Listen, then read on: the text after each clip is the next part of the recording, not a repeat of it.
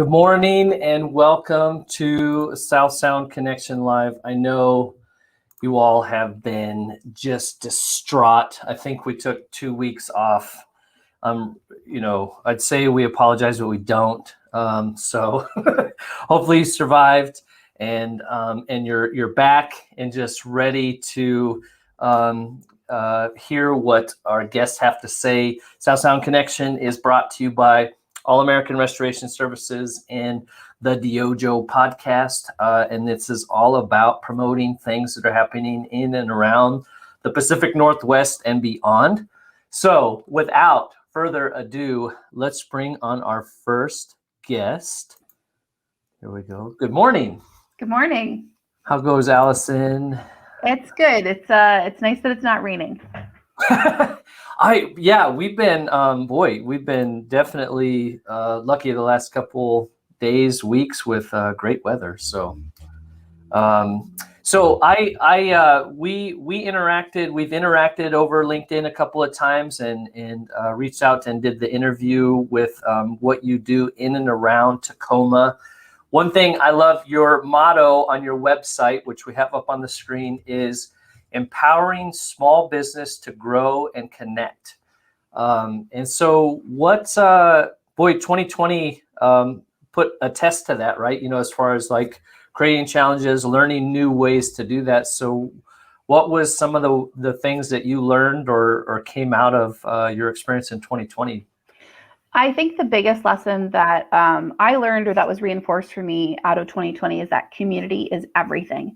That small businesses that were tapped into their local community survived at a much higher rate than businesses that were not tapped in, like that didn't have real connections with their local community. And social media is a really amazing way to do that. And so businesses that utilize social media in a way to really genuinely connect with their customers are much more likely to survive these really crazy times. But as I was prepping for this morning, I remembered that I saw a statistic that Black-owned businesses have closed at twice the rate of white-owned businesses in 2020, which means that while we're focusing on our community and we're supporting each other, we are not doing enough for the Black-owned businesses in our community. So that's just something that's been on my mind lately. That was nationwide? That wasn't necessarily a local statistic? Correct. That's from the National Bureau of Economics, I believe. So it would have been a national statistic. I mean, and you are seeing that a little bit locally as well. I don't have statistics on it, but there's definitely a big need to support local Black-owned businesses on a consistent basis, because what happened last year was that there was an influx of support for Black-owned businesses, and then people got frustrated that they couldn't necessarily meet the demand, and then canceled their orders or stopped ordering. And so what we need to do is be thinking about this on a grand scale. How do we support Black-owned businesses and businesses of color all the time, not during Black History Month, or not specifically during Black History Month, but on an ongoing basis? How can we change our habits to make sure that we're taking these businesses into account? Well, I think that's, it's almost, Amazon's done a great job, right? You get it instantly, right? And not all small businesses operate that way, and especially businesses that have had to adapt to the online marketplace. So have a little patience, right? People are still, not everybody has the resources of an Amazon to adapt their systems right away. And I know there's still businesses that are, we do that just like even on a small scale. I wrote a couple of books, and publishing it on Amazon is way easier. They handle all the distribution, as opposed to people trying to get it locally. So like you said, you're at the heart of the effort to help small businesses. Your community, you focus on women-owned businesses and those kinds of things. And a lot of those are micro businesses, right? Or maybe what we'd call side hustles. Is that accurate? Yeah, it's somewhat accurate. I work with a range of businesses. So my heart is for women-owned businesses, but I work with all kinds of businesses. Sure. So I work with a lot of real estate agents, which I think would probably not be considered a micro business. I work with local chains, and I have a car dealership that's a client. So It can really be any size business can benefit from social media and sort of business development consulting, which is what I do. I do run a Facebook group, and a lot of people in that group are sort of micro businesses and or maybe they have sort of a side business. But what's really interesting is that, a lot of moms in particular start businesses after they have kids because they can't or they don't want to go back to the same environment that they were in. For example, I used to work 50 or 60 hours a week, every week in DC. So when I had kids and I had to make a choice between going back, it wasn't like, oh, I can go back 30 hours a week and still pick my kids up at school. I would have had to go back to 50 or 60 hours a week, which is one of the reasons I work for myself now. So a lot of women start businesses in part due to sort of that environment of not having the flexibility in a normal work environment to work part-time or 30 hours.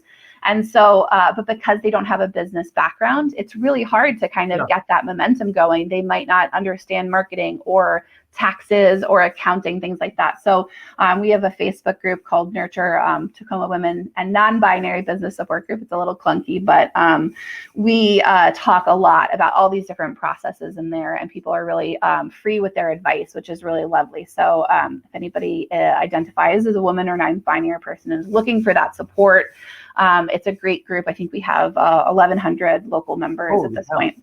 Jeez, yeah, not small by any means. Yeah, and I hope that I don't mean side hustle or micro business in any way to denigrate. I mean, I think that's how you test your business idea, right? I mean, the difference between my daughter's 18 and she's starting to kind of express her entrepreneurial and like the difference between a hobby and a business is getting people to pay for it, right? That's the first hurdle, and then testing the concept and then building something up. But exactly like you said, if you want some flexibility and to be able to still be at home and raise a family, that's the nice thing about it is there's fairly low barriers to entry to any kind of business that you want to run nowadays. But it's also, like you said, a lot harder. Why do you think? Why are people still scared of social media or averse to playing with the platform and utilizing that for their businesses? I think that what I hear from a lot of people is that they got on social media because they thought that it was going to be this be-all, end-all sort of marketing platform. Then they felt like they had to post every day or even multiple times a day. I had a client at one point who was posting 3 to 4 times a day, and then they get burned out almost immediately. Like within 1 to 4 weeks, usually they get burned out. And so most of what I do has these sort of 2 concurrent sort of themes. One is efficiency. How do you get on social media and do what you need to do in an efficient way so that you're not wasting your time and you're also not wasting your customers and your supporters' time? And then how do you get online on social media in a way that benefits your local community, that supports your local community, that builds community? So when people approach social media from a strict marketing perspective, it's really easy to get burned out. But if you approach social media as a community building exercise and as a way to support other people in your community, I think it actually gives you like a little more energy for it. It gives you like a little oomph in your step, and you get excited about posting and you get excited about being able to share, especially in Tacoma. We have so many amazing small businesses in Tacoma. It's actually why I got into this, because I saw so many amazing small businesses that weren't connected to each other.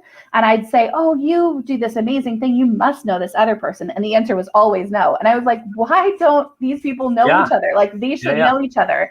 And so that was the origin of the Nurture online group, was just trying to get people to get to know each other, to collaborate, to support each other.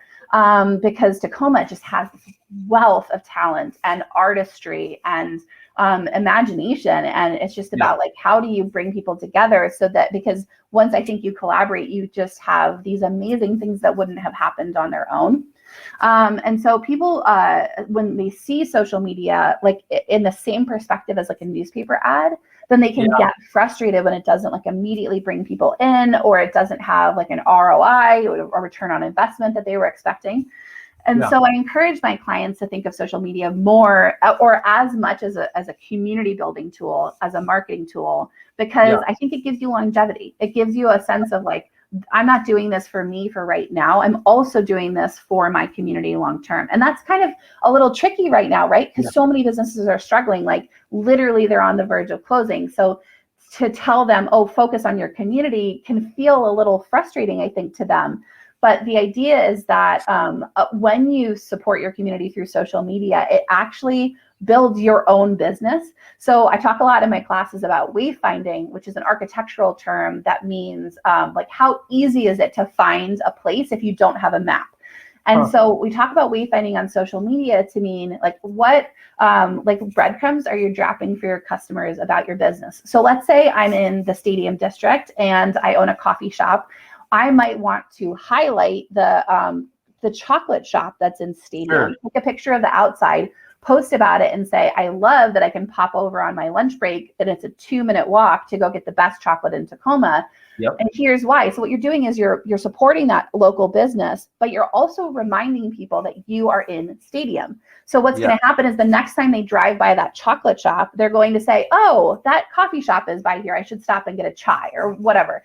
So a lot of the things that we can do on social media to support our community on the back end also remind people of the community that you're situated in. So especially if you're a brick and mortar business, this can be a really successful strategy to bring in foot traffic, to get people to remember where you are. So especially there's like a lot of businesses in Tacoma that aren't right on the street, right? Like it's a little tricky to find them. So those kinds of businesses really should focus on reminding people of the neighborhood that they're in, of how to get to them. And so when you start doing that and you see these businesses sort of building up their neighborhood on social media, it not only benefits those businesses, it also benefits that whole neighborhood. And then on the back end, it benefits your business because you're effectively building brand recognition that's connected to the neighborhood.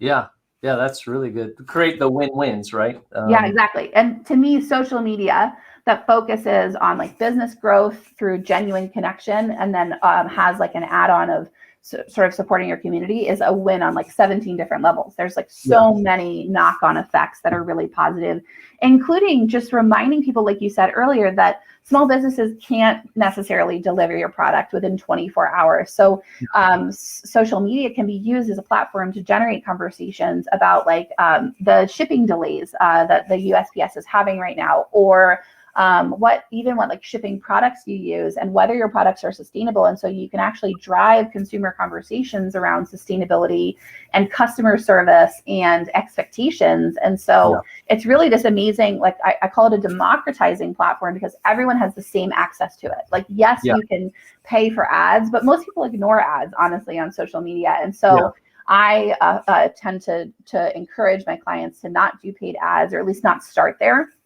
And focus just on genuine connection, because I see accounts that are small, maybe 300-400 followers, that have this lovely, beautiful engagement and this trusting relationship building with between the client and the business. And then I see large brands, with 30,000, 50,000 followers, just sort of throwing out, just like generic posts. And I'm like, which one is more successful? And if you look at like what it's bringing in and the feelings that it's creating and the trust that it's creating, those small businesses that are able to really connect in a genuine way with their customers, they're the ones that are succeeding on social media. Yeah, I like that. Like you talked about, highlight another local business in your area. And it's funny because I think sometimes small business thinks, well, we're a small business, people should just support us. And it's like, well, you have those barriers, right? You're not as fast as Amazon, so you have to offset that somehow, right? So your service, your engagement. But that's and we've talked about a couple other people that a lot of people are uncomfortable bragging on themselves, right? And so exactly like you said, so brag on somebody else, set the example, and then hopefully they'll return the favor. Hint, hint, if somebody shouted you out, return the favor. And I encourage my clients to think about it in this way. Like, if somebody reposts something that you've done or returns the favor, that's fantastic. But don't approach it as though that's the ultimate goal, because, sometimes I'll share 10 things in a day, and I don't necessarily want 10 people, sharing back, something of mine. I just want to share the lovely things in the community. But it is great when people do return the favor or reshare. Yep. One time I posted about a story time that the local soccer team did, and they like reshared it to their stories to their 40,000 followers. And I was like, oh my God, because that was not like my intention. And so it was really nice, and it made me feel really good about that company, right? That they went out of their way to share that. So one of the things when you're talking about like people having a hard time bragging about themselves is I strongly encourage my clients to write down your value proposition and then actually practice it. Practice coming out of your mouth. So you need to be able to say this elevator pitch, which is like, some people say that an elevator pitch should be 30 seconds. I say like 10 to 15. You need to be able to tell people in one sentence what you sell, who it's for, and how it's different from your competitors. And if you can't do that, your customers can't either. So if you can't say, I'm a small business consultant that teaches other small businesses how to use social media in a way that builds community, right? It was a little clunky, but that's my tagline. If you can't say that, then if somebody is like, oh, I'm looking for a business consultant, and you say, oh, maybe Allison Bishins. Well, why Allison Bishins? If I've never communicated my value proposition and the things that are important to me and the things that I do well, then why would your customer be able to go on and refer you for those things either? So I literally encourage people to like stand in front of a mirror and practice their elevator pitch and their value proposition until it rolls off your tongue. I'm a little rusty, so mine didn't because COVID, like I haven't interacted with humans in a year. But practice it and get comfortable with it, because if you don't believe in your product and you don't believe in your value proposition, when you go to talk to people about your product, it's not going to come off as authentic. So you have to believe in yourself and your product, and you have to be able to brag about yourself. The other thing is that women especially are taught to be humble. We're conditioned socially to not brag about ourselves and not say like, I'm the best social media teacher if you want to learn about how to use social media as a local community building tool. It took me years to be able to say that in a way that I actually believed it, right? Because we have imposter syndrome and we are taught to be humble. And I encourage my clients, like, find what you feel comfortable saying, find ways to talk about yourself that you feel comfortable about, because I don't think you have to position yourself as an expert, which is what a lot of people will tell you about social media, but you do have to position yourself as someone who knows what they're doing, who knows how to, tackle problems and handle crises. And once you've done that, and it builds you up as well. Like you get that confidence and it sort of just snowballs. So if you haven't written the value proposition down and practiced it and really like dived into that, then it's time to do that. Step in front of the mirror. Yeah. Get uncomfortable. Well, because you're in business, so you've got to deal with a certain level of discomfort, right? Man, drop in gems. Thank you, Allison. I know you've got some travel plans. So any last, we got the website, AllisonBishins.com. Anything else that you got coming up that you want people to be aware of?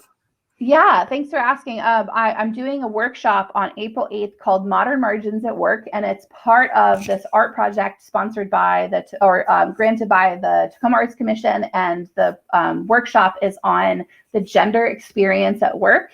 And we have some amazing speakers, and it'll be like a speakers and conversation, and then some time to do small group networking. And it's a ticketed event. You do have to sign up in advance, but there's scholarships. So if you need a scholarship, just message me and I'll give you the scholarship code, and no questions asked. There's no application or anything. So if anybody's looking to connect, that's a great way to do it.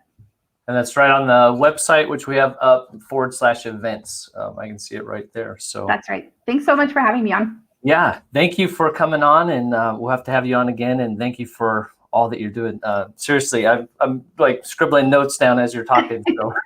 I do have free content on Skillshare that you can access with a 2-day trial. So if you go to my website and then /resources, it'll say like free resources, and you can click on that, sign up for a Skillshare. I think I have 6 or 7 sort of shorter classes on there. And if you don't have a budget to take classes or to hire a consultant right now, that's a great way to just kind of get jump started on your social media. I recommend starting with the Simplified Social Media. It's about a 40-minute class, and it really just breaks down Not like what are all of the things that you could do on social media, but what do you actually need to do like during COVID that connects with your customers and that builds your brand. Awesome. Okay. Well, like I said, we got the website. It'll be in the show notes. And thank you so much for joining us. Thank you. All right. Have a good one. Let's see. Lots of really cool things happening in the Pacific Northwest, in the South Sound and beyond. So two great resources for you personally and professionally. So hope you enjoyed, and we will see you all next week. Same time, same bat channel. Thank you. Boom. Another South Sound Connection live.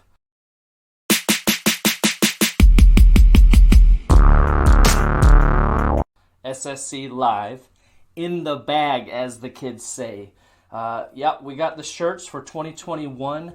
Brian Close of All American Restoration Services out of Tacoma designed this sweet design that has some of the skyline views from Tacoma, Washington, obviously with the retro Seattle Supersonics vibes. So got these made by Single Speed Screen Printing, who was a guest on the show. Even people that root for the Blazers can do good work. LeBron James. So we hear this all the time. We're on the street. What is a South Sound connection? We're just trying to highlight good things in the Pacific Northwest and adjacent, entrepreneurs, business owners, artists, community leaders. You've probably seen about us, you've heard about us. We've had Corbett Mosley talking about his game success factors, Lindsay Ward, who won the September 2020 challenge, Kevin Bates from Helping Hands House, Adam Norwest. We gave away some free burritos from Grit City Breakfast in Tacoma. Crystal Hart Meeker, Save Albany Now. Tony Taylor talking about supporting and hiring veterans and his inspirational talks. Chad Kurligan, The Men, Emotions and Music. Meg Hawks with Single Speed Screen Printing. Mindy Baker with the Beautiful Tacoma Murals. Ken Brown talking about community involvement as an organization. Corbett Mosley again gave us an update. And most recently, Jack Cameron from Tacoma Stories and Sierra Hartman from Grit City Magazine talking about keep telling good stories. So that's what our goal is. Like I said, All American, if you see this logo around town, they're a local general contractor that specializes in insurance claims, water, fire damage repairs. They can help you work with your insurance company and get your house back to pre-loss conditions, as we say.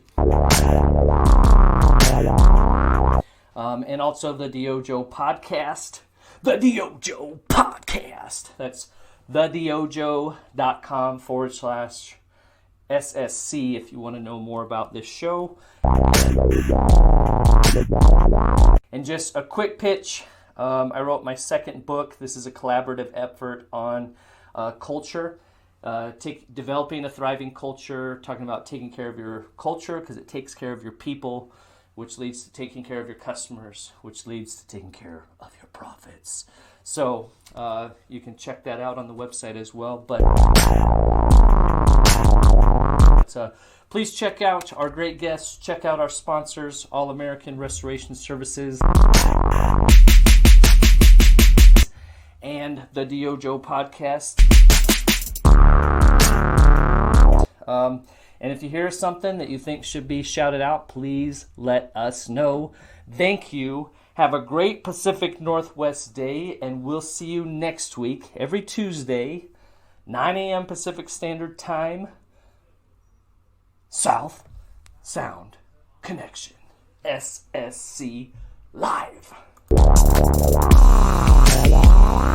Hit me with that outro music from Pat F. and Brown, Cosmonaut Coffee.